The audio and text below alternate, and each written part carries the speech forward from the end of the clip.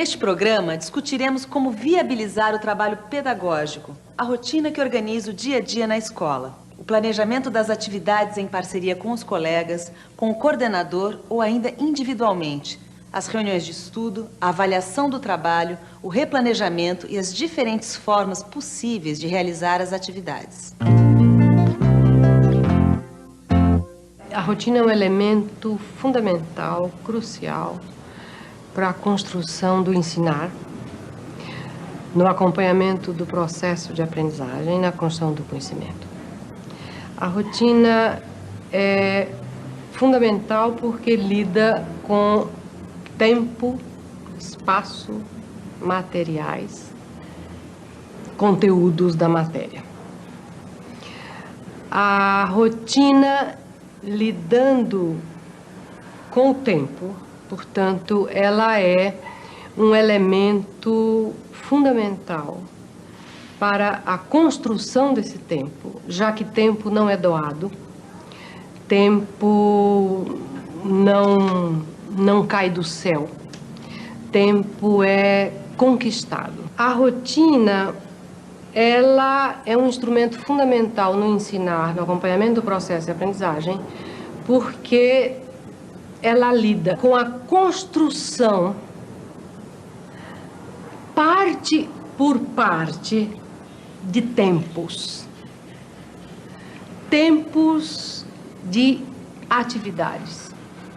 Cada atividade tem um tempo, que por sua vez tem seu conteúdo, que por sua vez tem encaminhamentos específicos, e que por sua vez, na construção dessa rotina, tem que andar com elementos que são cruciais na preocupação do educador, que é a constância destas atividades para a construção deste tempo, desta rotina, porque a rotina pressupõe uma constância que é finita, ou seja, que é fixa, porque senão esta rotina burocratiza-se.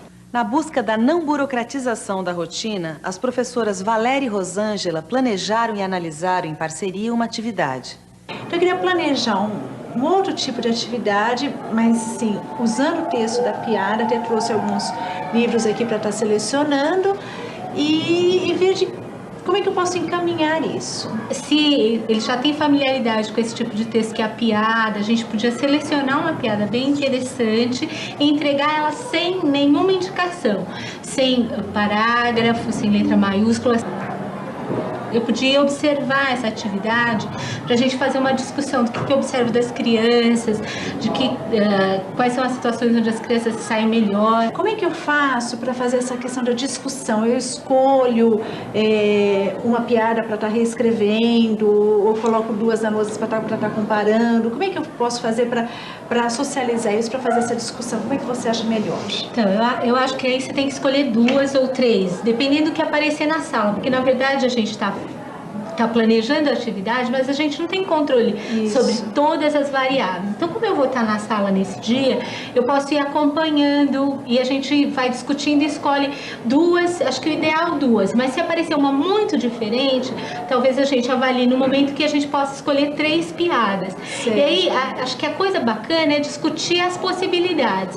Eu não imaginava, não sei você, quando eu aprendi a pontuar, que podia ter várias opções de pontuação para o mesmo texto. A gente achava que era aquela e acabou. Sim. Eu acho que isso é uma coisa bacana de discutir com os alunos, que é a possibilidade de pontuar de maneiras diferentes e não tá certo ou errado, tá diferente.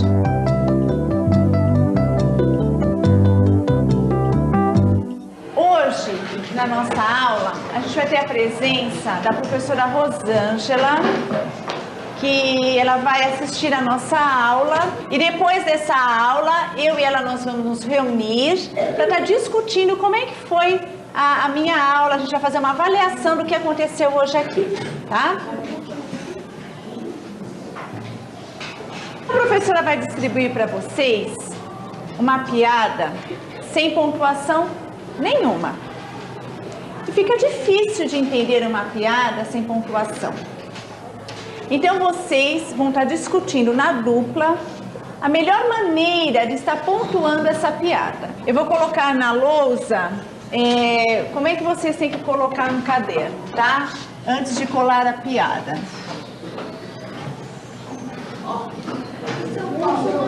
Coloca a data de hoje.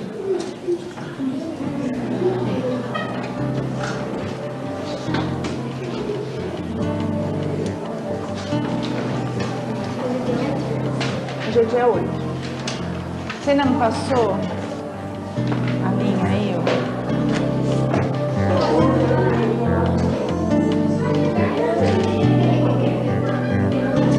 Eu achei a atividade super produtiva. Eu senti que as crianças se envolveram, pensaram, tiveram problemas para resolver. Acho que tem algumas coisas que foram muito bacanas. Acho que a sua condução em estar escolhendo aquelas 3, a gente deu uma discutida ali rapidamente, acho que também foi bacana. Essa questão de você ter deixado em aberto a questão de que a primeira piada não estava errada, mas que tinha ali uma interpretação diferente, acho que foi super produtivo.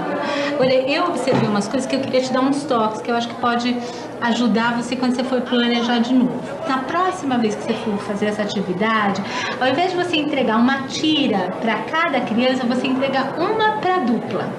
Certo. Porque aí obriga, e ao invés de cada um ter que escrever imediatamente no seu caderno, a dupla tem que fazer numa folha só e depois eles copiam. Como ela não é comprida, não vai dar, eles vão demorar pouquinho tempo para depois passar pro caderno, se você quiser que eles fiquem com o registro e tal.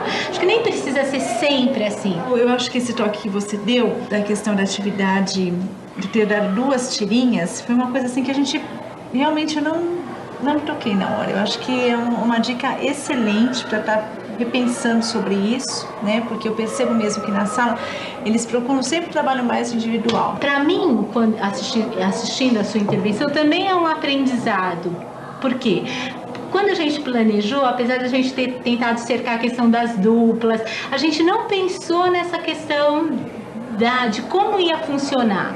Então, por mais que a gente, eu acho que isso é um aprendizado, por mais que a gente tente cercar todas as variáveis, nem sempre a gente consegue. E quando a gente tem uma parceria, quer dizer, eu e você ali naquele caso, eu vi coisas que você não tinha visto e você provavelmente viu outras que eu não vi. Acho que essa que é a importância de estar trabalhando junto, de estar podendo discutir essas questões. Então, a gente tinha tentado, fez o planejamento no dia anterior, discutimos, mas isso passou. E na hora da execução da atividade, isso é muito importante. Quer dizer, poderia ter passado desapercebido na próxima se a gente não pudesse trocar. É importante ressaltar que este parceiro pode ser o diretor, o coordenador ou mesmo um colega que se dispõe a discutir o trabalho. Vamos ver outras professoras do grupo referência organizando o seu trabalho pedagógico. Eu planejei a revisão de um texto pontuado para trabalhar com os meus alunos, para anteceder a revisão de pontuação do texto deles mesmo, de reescrita. Então eu xeroquei esse trecho aqui do livro da lenda do Saci, do livro da Clarice Lispector. E o que você acha? Essa pontuação aqui, mas boa? O que você acha? Como que você vai fazer, Flor, com eles? Você vai dar um para cada um? Eu vou dar em dupla? Eu vou dar em dupla. Eles vão olhar em dupla, então, num primeiro momento, eles vão observar o texto para ver o que tem a mais além das letras, né? O que mais que tem no texto. Porque eles têm escrito lendas grandes, às vezes de uma página inteira, e não põe ponto nenhum. Minha classe está começando agora a ver essa questão do ponto, depois que eu comecei a fazer também, trabalhar alguma coisa assim. Então eu vou pedir para eles estarem lendo os trechos e o que aparece, eles vão estar falando, o ponto, eu vou perguntar se sabem o nome, aí eu vou pôr na lousa. Eu acho que hoje, na situação de hoje, a gente tem que pensar nos agrupamentos que a gente vai fazer para a situação de dobradinha dessa semana. Nós vamos trocar os grupos. O grupo vocês vai ficar com as crianças com escrita alfabética, não alfabética, e a gente com escrita alfabética. Eu acho que já tem mudanças nesse grupo, né? Que algumas crianças que não estavam com escrita alfabética agora já estão. Acho que já dá pra gente estar. A gente tem que dar uma reorganizada. É isso, fazer uma reorganização. Só que da outra vez a gente fez 2 atividades, lembra, Clélia? Para quem escrevia alfabeticamente, para quem não escrevia, acho que agora não dá mais. A gente tem que fazer 3. Entendeu? Porque quem já escreve já pode fazer uma atividade bem mais tranquila, sozinha. Pra gente pegar aqueles que estão quase lá. Eu faço uma análise do que eles produziram durante toda a semana. E baseado nisso, que eu posso planejar a semana seguinte.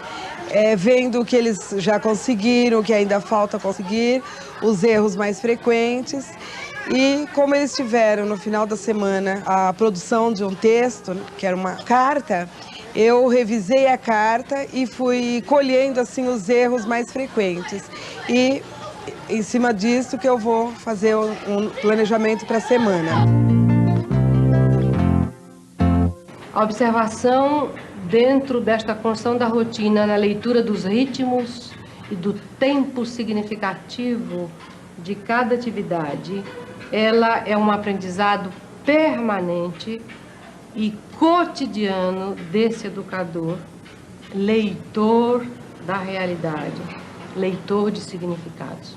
O registro na construção da rotina, juntamente com esta apropriação deste tempo no ritmo e a apropriação e autoria da minha liberdade, depende, anda junto com o ato de leitura da realidade, com observação, e casa com o ato de registro reflexivo desta observação e, por suposto, desta ação dentro do ensinar na construção dessa rotina. Se eu tenho uma aula todo dia, eu tenho que construir meu tempo para parar e pensar reflexivamente. A reflexão, o diário cotidiano, ela é a arma para cortar a anestesia reprodutora passiva, domesticada, que fomos educadas.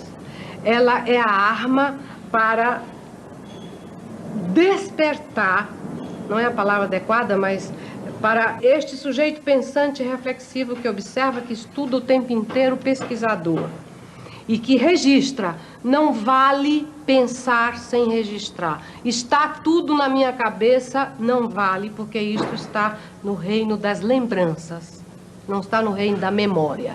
Memória é registro. O registro reflexivo permite a organização e planejamento da prática pedagógica, considerando o conhecimento que o professor tem, tanto do que sabem seus alunos, quanto do que ele pretende lhes ensinar. As cenas a seguir retratam um momento de avaliação realizado periodicamente pelo grupo de professores.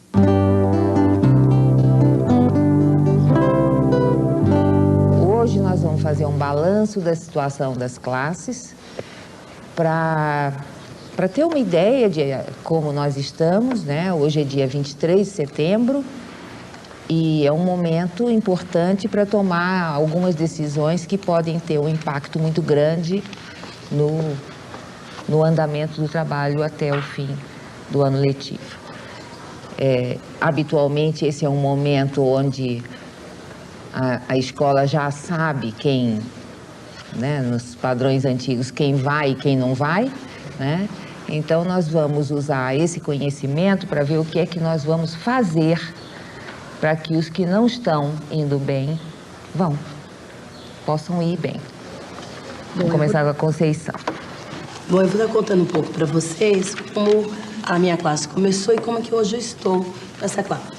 Minha classe começou com 36 alunos, né? 36 crianças, e hoje eu estou com 35. Um aluno se transferiu para uma escola mais perto da sua residência.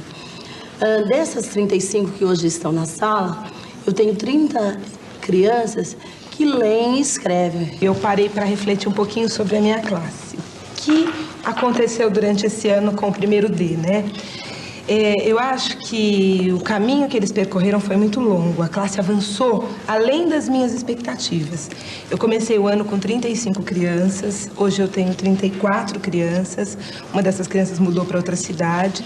E no início do ano eu tinha uns 4 crianças que escreviam convencionalmente e uma que estava ali chegando na escrita convencional, né? E começando a ler com uma certa confiança. Hoje Eu tenho 29 crianças que escrevem convencionalmente, leem com tranquilidade. Agora, pensando, enquanto eu estava ouvindo as outras pessoas falarem, às vezes a gente que está dentro da situação, a gente não consegue mais enxergar o que a criança já sabe. Então eu precisaria dar uma outra repensada, porque o Davidson é um menino que quando ele vai para a lista, ele não está buscando pela sonoridade da letra. E eu mando ele buscar no alfabeto, ele localiza. Mas eu não sei se ele não conhece as letras, apesar de ter feito muita atividade com isso, mas então eu não sei o que é que está acontecendo com ele. Se ele não conhece, não sei. Ele e a Ruth. Eu apostava muito nesses dois, desde o começo. Eu achava que esses dois seriam os primeiros e estão sendo os últimos. Seria interessante você tentar chegar mais perto, fazer uma observação mais cuidadosa, trabalhar individualmente com eles e depois trazer para a gente discutir. O que nós vimos hoje aqui foi que esse leque de respostas é muito amplo, quer dizer, tanto quando você aposta de menos uma criança, como quando você aposta, às vezes, erra a mão e aposta mais do que devia, essas coisas têm consequências. Por isso, não é humano achar que a gente não vai fazer isso, a gente vai fazer isso. Sempre fará isso. Todos os professores fazem isso porque são pessoas. Como é que a gente cuida disso? Assim. Certo? A gente cuida disso tendo, todas as vezes que você tem uma criança que você vê que tem alguma coisa errada, peça outro olho, peça ajuda a um colega, traga para uma reunião, certo? Ponha mais gente olhando, porque a nossa limitação é a limitação de alguém que só tem uma forma de olhar. Cada pessoa tem um olhar. Eu acho que esse é o esforço da gente no trabalho que a gente faz na escola. É de a gente largar de ser um profissional que é solitário. É um profissional que pode ter companheiros que são, ora, companheiros mais experientes, ora, companheiros menos experientes, mas que são companheiros. E eu acho que a única saída para a gente poder olhar essas crianças e ajudá-las de fato, como a gente vai discutir daqui a pouco a experiência da Rosa, que você cita até uma no seu livro, que eu acho que é um exemplo onde se conseguiu, apesar de todas as dificuldades do ensino público, exercer uma função de coletivo. Quer dizer, como a Rosana Dutoit gosta muito de citar o Macarenco, né? Como é que um coletivo de crianças pode ser formado se não existe um coletivo de educadores? E eu acho que é isso a angústia da Márcia, que se revela nessa coisa. Eu acho que a gente tem que ir atrás disso. É difícil porque a gente tem esse hábito da cultura escolar, que é de sermos sozinhos. E além do que, a gente faz coisas que não pensa sobre elas. Estava lendo o depoimento da Rosa Maria, que é um depoimento que fala como ela conseguiu organizar esse trabalho na escola municipal onde ela trabalhava. Em geral, a gente pensa muito nas crianças que têm mais dificuldade, né? E não pensa naquelas crianças que também já avançaram e que podem avançar mais. Analisavam primeiro o que as crianças sabiam, o que as crianças não sabiam, e a partir dessa análise elas organizaram os grupos de trabalho. E aí era possível, nesse momento, fazer uma intervenção mais pontual e de maneira a garantir que todos avançassem. Uma coisa que ela conta no relato que eu acho importante a gente lembrar, que tinha toda uma preparação das crianças para esse momento. Eu acho que assim, essa experiência aqui da Rosa, que eu já conheço e que eu acho muito interessante, mas é preciso tomar cuidado para que não se interprete essa proposta como uma forma disfarçada de fazer classes homogêneas. Não é isso. Quer dizer, na verdade, é uma forma criativa de resolver um problema da escola pública que a escola particular tem resolvido de outra forma. E é claro que a tendência é você formar nesses pequenos grupos, formá-los de acordo com certas, com ter uma certa homogeneidade. Por que é importante não transformar isso numa proposta de classes homogêneas? Pela enorme perda que a heterogeneidade, que a homogeneidade causa para as crianças. O fato de você juntar crianças que sabem coisas muito próximas empobrece a vida intelectual delas. Para planejar, é preciso conhecer, registrar e refletir profundamente sobre a classe em todos os aspectos, cognitivos, afetivos e sociais. E como vimos, este é um trabalho para uma equipe e não para um único olhar. Um aspecto que aflige sempre os professores é a organização do tempo didático. A pesquisadora Délia Lerner, em seu texto É Possível Ler na Escola, nos auxilia na tarefa de planejar. As professoras do grupo referência estudaram esse texto e procuraram garantir em seu planejamento diferentes formas de organizar o trabalho pedagógico. E a outra coisa que a gente andou lendo, que é o texto da Délia Lerner, que vem explicando como é que a gente pode organizar a nossa prática de sala de aula, Conceição, considerando assim, o que eu vou trabalhar em termos de projeto, o que eu vou trabalhar em termos de atividades sequenciadas, em termos de atividades permanentes. Hoje a gente tem mais claro isso, assim, que tipo de conteúdos favorece você estar trabalhando com um projeto, quais os que favorecem a gente estar trabalhando uma atividade sequenciada, as atividades de alfabetização, as atividades que envolvem a compreensão do sistema alfabético, quer dizer, tem a ver com as atividades permanentes, a leitura pelo professor, né, a roda da conversa, a hora das curiosidades semanais, quer dizer, tudo isso entraria dentro das atividades permanentes, né?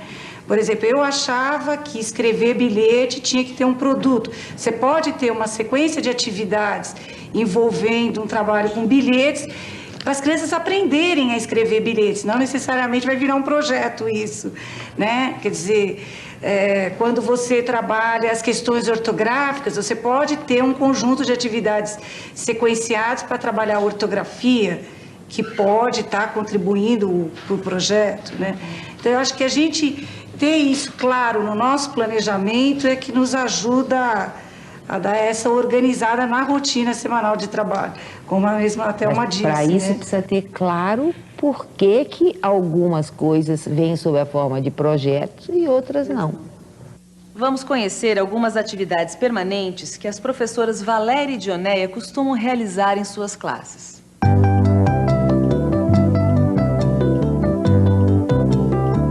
Então, na minha agenda, eu tenho como atividades permanentes a hora da leitura e a roda de biblioteca. Essa hora da leitura, nesse momento, eu estou fazendo leitura de contos de assombração. É uma leitura diária, onde as crianças têm o professor como leitor, neste momento aqui. E na roda de biblioteca, eles estão fazendo indicações de livros para leitura. Então, eles vêm à frente na sala de aula, né? Falam que eles estão lendo nome do autor, conta um pouco da história, para que os outros alunos se interessem em ler esses livros. Então, são atividades que acontecem todos os dias, porque essas crianças, elas precisam dessa leitura, elas precisam de indicação de livros. Depois eu tenho com eles a pasta de textos, onde semanalmente eu coloco 2 ou 3 tipos de textos. E essa pasta de texto, qual é o meu objetivo com ela? Porque a gente encontra aqui na minha sala muitas crianças que não têm um ambiente em casa de leitura. Então, a pasta de texto propicia um pouco isso. É a hora que eles chegam em casa para contar a piada que está escrito na pasta, para contar um conto de assombração. Então, para contar para o irmão, para o pai, para a mãe. Então, eu tento criar esse momento em casa, né, com a pasta de textos, que eles levam toda semana para casa textos novos.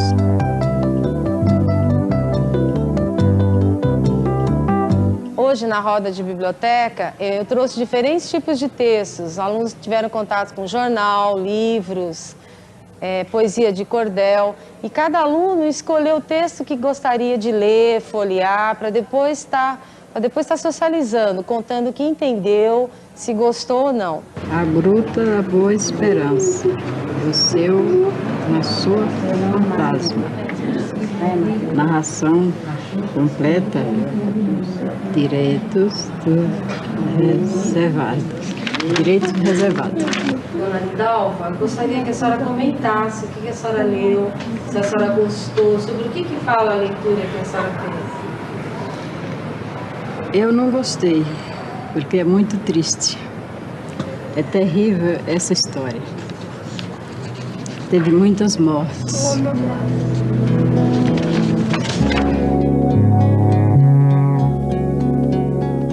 A lição de casa também é uma atividade permanente. Ao planejá-la, devemos considerar que serão realizadas sem a presença do professor e muitas vezes não será possível contar com a ajuda de nenhum outro adulto.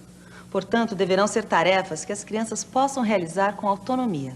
Então, a atividade para casa hoje é memorizar, é guardar na memória uma adivinha ou uma piada muito boa para que nós escrevamos amanhã e coloquemos no mural. Tudo bem? Outra maneira de organizar os conteúdos é sob a forma de projetos. Vamos conhecer um pouco deste trabalho nas salas das professoras Clélia e Rosalinda.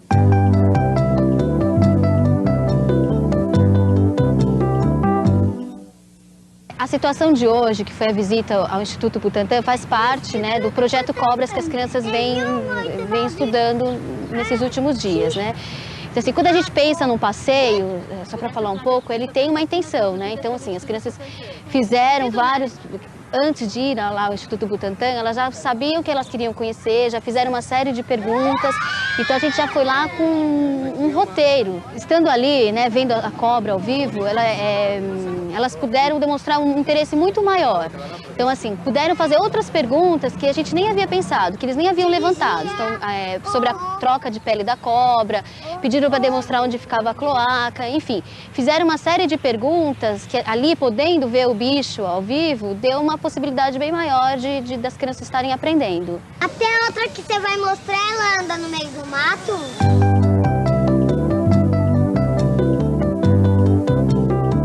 Hoje a gente vai dar continuidade ao nosso projeto, que o nosso projeto são as lendas, né? As lendas do folclore. E hoje eu vou ler a lenda dos diamantes. Nesse projeto nós vamos ler lendas, recontar lendas, reescrever e revisar lendas. E porque isso vai fazer parte de um livro de lendas que já foi discutido com as crianças, ou era para fazer um painel, né? Ou fazer um livro, e eles optaram para fazer um livro de lendas. Então eles querem que marque o dia que o livro esteja pronto, que as mães venham ouvi-los, ler as lendas que eles escreveram. Numa tribo que ficava à margem de um rio, viviam dois jovens, o guerreiro Itajibá e a formosa Potira. Eles se amavam tanto que todos os habitantes da tribo sabiam que, quando chegasse a lua certa, eles uniriam seus corações e suas almas num ritual de amor sagrado. Como vimos, planejar o trabalho pedagógico exige disciplina, registro, observação, conhecimento, disponibilidade para aceitar os desafios de trabalhar em grupo e muita reflexão. Não se trata apenas de aumentar o tempo ou reduzir os conteúdos. Trata-se de produzir uma mudança qualitativa na utilização do tempo.